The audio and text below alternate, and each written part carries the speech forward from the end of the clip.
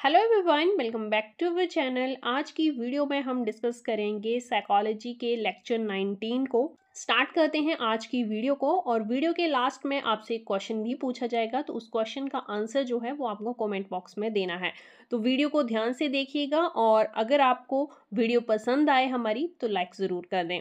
First question हमसे पूछा गया है, which test is propounded by doctor S Jalota in Hindi for the children of 12 to 16 years. यहाँ पे आपसे क्वेश्चन पूछा गया है कि डॉक्टर एस जलोटा ने कौन सा टेस्ट जो है वो इन्वेंट किया है। कुछ हिंट आपको दिए गए हैं कि ये टेस्ट जो है वो हिंदी में है, हिंदी मीडियम में ये टेस्ट है और ये टेस्ट जो एस जलोटा के द्वारा दिया गया है वो 12 साल से 16 साल के बच्चों के लिए इन्वेंट किया गया है। ऑप्शंस हैं आपके पास, non verbal intelligence test, picture drawing test, army alpha test और डी ऑप्शन है जर्नल मेंटल एबिलिटी टेस्ट। तो यहाँ पे सही आंसर है आपका option D, general mental ability test जो है ये टेस्ट इन्वेंट किया गया है डॉक्टर एस जलोटा के द्वारा, जिसे शॉर्ट में GTMA भी कहा जाता है। किस ईयर में इन्होंने ये टेस्ट दिया था वो ईयर भी आपको याद रखना है। तो 1972 में जो है ये टेस्ट इन्वेंट किया गया था डॉक्टर एस जलोटा के द्वारा। हिंदी मीडियम में ये टेस्ट है और 12 से 16 साल के बच्चों के लिए ये टेस्ट इन्वेंट किया गया है। इस टेस्ट के बारे में कुछ इंपॉर्टेंट पॉइंट जो आपको पता होनी चाहिए, जैसे कि इसे दूसरे नाम से सामूहिक मानसिक योग्यता परीक्षा भी कहा जाता है। ये एक ग्रुप टेस्ट है, ग्रुप में ये टेस्ट लिया जाता है और वर्बल टाइप का टेस्ट है। वर्बल वो जिसमें कि लैंग्वेज की ज़रूरत पड़े, लैंग्वेज जिसमें इन्वॉल्व हो, उन टेस्ट को वर्बल टेस्ट कहा जाता है। तो ये जो जर्नल मेंटल एबिलिटी टेस्ट है ये वर्बल ग्रुप टेस्ट है, ग्रुप में लिया जाता है और वर्बल टाइप का टेस्ट है। हिंदी में इन्वेंट किया गया था और किस एज ग्रुप के बच्चों के लिए ये इन्वेंट किया गया था वो आपको पता होना चाहिए। तो यहाँ पे वो क्वेश्चन में ही दिया हुआ है कि 12 से 16 साल के बच्चों के लिए ये टेस्ट इन्वेंट किया गया है। इतना जो है वो आपको पता होना चाहिए इस क्वेश्चन से रिलेटेड। अगला प्रश्न देखते हैं। अगला प्रश्न है, whose name is associated with father of the eugenic from the following. आपको बताना है कि निम्न में से जो साइकोलॉजिस्ट आपको बताए गए हैं, कौन सा साइकोलॉजिस्ट जो है वो सुजनन शास्त्र के पिता से जोड़ा जाता है। मीन्स जिस साइकोलॉजिस्ट को सुजनन शास्त्र का पिता कहा जाता है वो आपको बताना है। क्रो एंड क्रो, वुडवर्थ, रोस, गैल्टोन। तो यहाँ पे डी ऑप्शन सही है, गैल्टोन जो है वो सुजनन शास्त्र के पिता कहलाते हैं। D option is the correct answer. किस कंट्री के ये रहने वाले थे, तो ये जो हैं वो यूके के रहने वाले हैं। इतना जो है वो आपको इन साइकोलॉजिस्ट के बारे में याद रखना है। चलिए अगला प्रश्न देखते हैं। नेक्स्ट क्वेश्चन है, according to BF Skinner language development in children takes place. BF Skinner के द्वारा क्या कहा गया था लैंग्वेज डेवलपमेंट के बारे में, कि बच्चों में जो है लैंग्वेज किस तरह से विकसित होती है।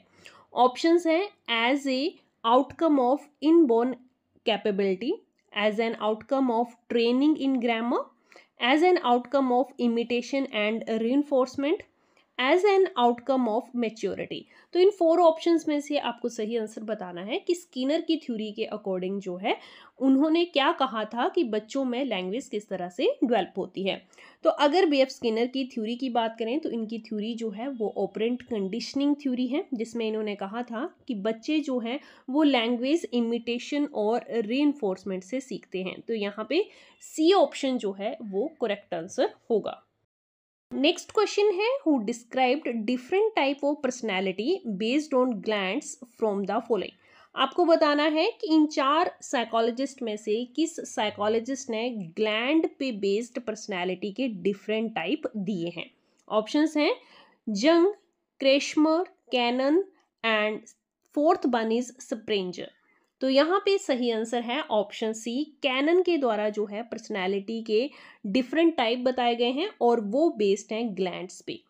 सी option is the correct answer. यहाँ पे कंफ्यूजन आपको क्रेशमर के साथ हो सकती है, क्योंकि क्रेशमर ने भी पर्सनालिटी की टाइप्स दी हैं, बट क्रेशमर्स के जो पर्सनालिटी टाइप हैं वो बॉडी टाइप पे डिपेंड है। बॉडी का टाइप किस तरह का है पर्सन का, उन्होंने उसके बेसिस पे पर्सन की पर्सनालिटी को डिवाइड किया था। बट यहाँ पे क्वेश्चन जो है वो ग्लैंड्स से रिलेटेड है कि किसने जो है ग्लैंड के बेसिस पे पर्सनालिटी को डिवाइड किया है, तो वो डिवाइड किया है कैनन ने। कैनन ने पर्सनालिटी को 2 टाइप्स में डिवाइड किया है। जैसे 2 टाइप्स के ग्लैंड्स होते हैं, उसी तरह इन्होंने पर्सनालिटी को भी 2 टाइप्स में डिवाइड किया है। नेक्स्ट क्वेश्चन है, who propounded the 2 factor theory of intelligence. Intelligence की 2 फैक्टर थ्योरी जो है वो किसके द्वारा दी गई है? ऑप्शंस हैं वर्नन, स्पीयरमैन, थॉर्नडाइक, स्टर्न। तो यहाँ पे इंटेलिजेंस की बात हो रही है कि 2 फैक्टर थ्योरी किसने दी है, तो 2 फैक्टर थ्योरी जो है इंटेलिजेंस की स्पीयरमैन के द्वारा दी गई है। B option is the correct answer. अगर बात करें थॉर्नडाइक की, तो थॉर्नडाइक ने जो है ट्रायल एंड एरर थ्योरी दी है, बहुत इंपॉर्टेंट थ्योरी है। प्राइमरी लॉ ऑफ लर्निंग ये भी थॉर्नडाइक के द्वारा दिए गए हैं। किस कंट्री से थॉर्नडाइक बिलोंग करते थे ये आप मुझे कमेंट बॉक्स में बताएंगे। आज की वीडियो का आपका यही क्वेश्चन है, आप बताएंगे थॉर्नडाइक जो है वो किस कंट्री से बिलोंग करते हैं। अगर स्टर्न की बात करें तो विलियम स्टर्न इनका पूरा नाम है। इन्होंने आईक्यू का कॉन्सेप्ट दिया है, बहुत ही इंपॉर्टेंट साइकोलॉजिस्ट ये हैं, क्योंकि आईक्यू का कॉन्सेप्ट जो है इनके द्वारा दिया गया था। किस ईयर में दिया गया था, तो 1912 में जो है इन्होंने आईक्यू का कॉन्सेप्ट दिया है। इसके साथ साथ आपको आईक्यू का फॉर्मूला भी याद रखना है, क्योंकि एग्जाम में जो है वो आईक्यू बेस्ड न्यूमेरिकल आजकल पूछे जा रहे हैं।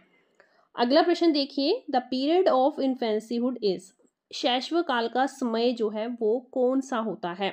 ऑप्शंस हैं 12 से 18 वर्ष तक, 15 वर्ष तक, जन्म से 6 वर्ष तक, जन्म से 2 वर्ष तक। तो शैशव अवस्था जो है वो जन्म से 2 वर्ष तक की होती है। तो यहाँ पे आपका डी ऑप्शन जो है वो करेक्ट आंसर होगा।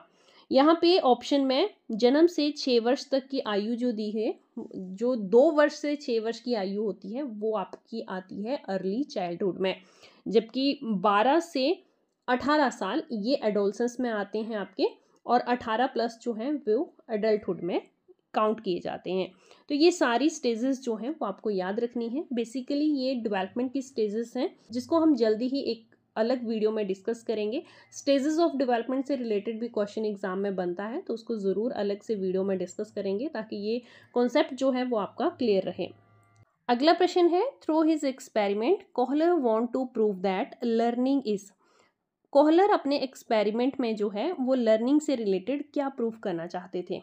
ऑप्शंस हैं the perception of whole situation, human learning is purposeful, better in animals than human beings, and independent activity. तो आपको इन 4 ऑप्शन में से सही ऑप्शन चूज करना है। कोहलर का जो एक्सपेरिमेंट है वो किस एनिमल पे था वो आपको पता होना चाहिए। प्रीवियस वीडियो में भी मैं डिस्कस कर चुकी हूँ। तो इनका एक्सपेरिमेंट जो है वो चिंपांजी पे रहा है। कौन सी थ्योरी कोहलर ने दी है, तो कोहलर की इंसाइटफुल लर्निंग की थ्योरी है, जिसमें उन्होंने किसी भी प्रॉब्लम के सोल्यूशन का सडन रियलाइजेशन पे फोकस किया है। इनके अकॉर्डिंग लर्निंग जो है वो रेफर करती है sudden realization of any problems solution. इनके अकॉर्डिंग कोई भी पर्सन जो है वो लर्निंग केवल ट्रायल और एरर या फिर कंडीशनिंग से ही नहीं सीखता, बल्कि हम कोग्नेटिव प्रोसेसेस के थ्रू भी लर्न करते हैं। तो यहाँ पे सही ऑप्शन जो होगा that is option A, the perception of the whole situation. समग्र परिस्थितियों का जो प्रत्यक्षीकरण है उससे भी लर्निंग जो है वो मनुष्य करता है। नेक्स्ट है, विच of the following is not the theory of development. आपको बताना है कि इन चारों में से कौन सी थ्योरी है जो है वो डेवलपमेंट की थ्योरी नहीं है। Theory of conditioned reflex, theory of uniform pattern, theory of inter relation, theory of continuous growth. तो ये बी, सी और डी में जो थ्योरीज हैं ये थ्योरी ऑफ डेवलपमेंट से रिलेटेड हैं, जबकि थ्योरी ऑफ कंडीशनड रिफ्लेक्स जो है ये डेवलपमेंट की थ्योरी नहीं है। तो हमारा सही आंसर जो है वो इसमें हो जाएगा option A. Theory of conditioned reflex is not a theory of development. आगे क्वेश्चन देखिए, the brainstorming model of teaching is used to improve which of the following. जो टीचिंग मॉडल में ब्रेनस्टॉर्मिंग यूज की जाती है वो किस लिए यूज की जाती है, कौन सा कंपोनेंट जो है वो इम्प्रूव करना होता है? ऑप्शंस हैं understanding, problem solving, creativity, application. तो ब्रेन स्टॉर्मिंग मॉडल जो है वो टीचिंग में यूज किया जाता है क्रिएटिविटी के लिए। C option is the correct answer. Brainstorming का कॉन्सेप्ट जो है वो किसके द्वारा इंट्रोड्यूस किया गया था, ये क्वेश्चन भी एग्जाम में बन सकता है, तो आपको इस साइकोलॉजिस्ट का नाम याद रखना है, अलेक्स एफ ओसबोर्न। इन्होंने 1940 में ये कॉन्सेप्ट इंट्रोड्यूस किया था, जो कि फेमस हुआ था, पॉपुलराइज्ड हुआ था 1953 में उनकी बुक अप्लाइड इमेजिनेशन में। तो इन साइकोलॉजिस्ट का नाम आपको याद रखना है जिन्होंने टीचिंग का ब्रेन स्टॉर्मिंग मॉडल जो है वो दिया है। नेक्स्ट एंड लास्ट क्वेश्चन है इस वीडियो का, यहाँ पे थोड़ी मिस्टेक है, यहाँ पे होगा MMPI। MMPI is a test use to measure which of the following. MMPI जो टेस्ट है वो किस चीज को मेजर करने के लिए यूज किया जाता है, पर्सनालिटी, क्रिएटिविटी, अचीवमेंट, इंटेलिजेंस। तो MMPI की पहले आपको फुल फॉर्म पता है तो आप आसानी से इस क्वेश्चन का आंसर दे सकते हैं।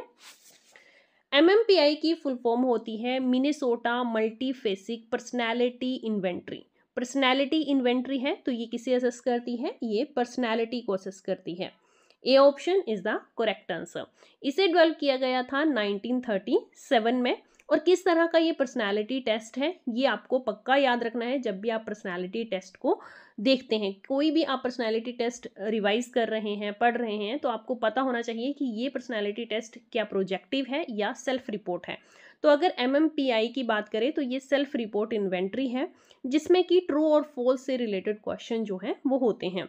तो आपको यहाँ पे दो चीज़ें याद रखनी है कि जब भी आप किसी टेस्ट के बारे में पढ़ते हैं तो वो क्या असेस करता है, किस चीज़ को मेज़र करता है और वो किस टाइप का टेस्ट है। तो MMPI जो है वो पर्सनालिटी टेस्ट है जिसमें कि ये पर्सनालिटी रिपोर्ट टाइप का टेस्ट है। आई होप ये कॉन्सेप्ट आपको क्लियर हुआ होगा। आज की वीडियो यहीं क्लोज करते हैं। आई होप वीडियो आपके लिए इन्फॉर्मेटिव रही हो। वीडियो पसंद आई हो तो लाइक ज़रूर कर दें। Thanks for watching.